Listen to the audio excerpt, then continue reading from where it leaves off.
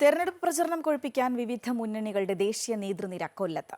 കേന്ദ്രമന്ത്രിമാർ NDA സ്ഥാനാർത്ഥിക്കായി പ്രചരണത്തിനെത്തുമ്പോൾ CPI-CPM ദേശീയ സെക്രട്ടറിമാർ അടക്കം കൊല്ലത്ത് സജീവമാകുകയാണ്. അതേസമയം ജില്ലയിൽ ഉൾപ്പെട്ട മാവേലിക്കര മണ്ഡലത്തിലാണ് UDF-നായി രാഹുൽ ഗാന്ധി എത്തുക. ദേശീയ തലത്തിലടക്കം കൊല്ലം മണ്ഡലത്തിലെ മത്സരം ശ്രദ്ധേയമായിരിക്കുന്നു. സിറ്റിംഗ് MP UDF സ്ഥാനാർത്ഥി NK പ്രേമചന്ദ്രന് തുടർച്ചയായി മൂന്നാം ഊഴം നൽകാതെ മണ്ഡലം പിടിച്ചെടുക്കാൻ കൊണ്ടുപിടിച്ച ശ്രമത്തിലാണ് ഇടതുപക്ഷം. ചിഹ്നം നിലനിർത്താനുള്ള ജീവൻ മരണ പോരാട്ടത്തിലെ ആകെ പ്രതീക്ഷയായ കേരളത്തിൽ ക്യാമ്പ് ചെയ്ത ദേശീയ നേതാക്കൾ പ്രചാരണം ശക്തമാക്കുകയാണ്. CPI ദേശീയ ജനറൽ സെക്രട്ടറി D രാജ 2 ദിവസമാണ് ജില്ലയിൽ മുകേഷിനായി വോട്ട് തേടിയത്. CPM പോളിറ്റ് ബ്യൂറോ അംഗങ്ങൾ പലരും കുടുംബയോഗങ്ങളിലും കൺവെൻഷനുകളിലുമൊക്കെ സജീവമാണ്.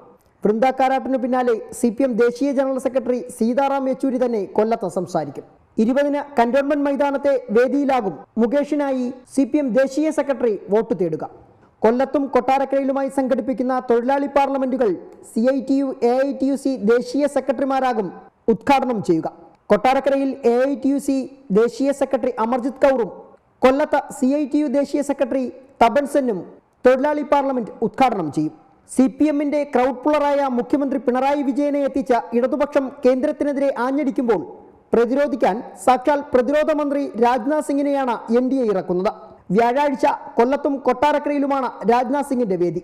മറ്റു സംസ്ഥാനങ്ങളിലെ മുഖ്യമന്ത്രിമാരെയും ഉപമുഖ്യമന്ത്രിമാരെയും എല്ലാം എത്തിച്ച കേന്ദ്ര നേട്ടങ്ങൾ ജനങ്ങളിലേക്ക് എത്തിക്കുകയാണ് NDAയുടെ ശ്രമം.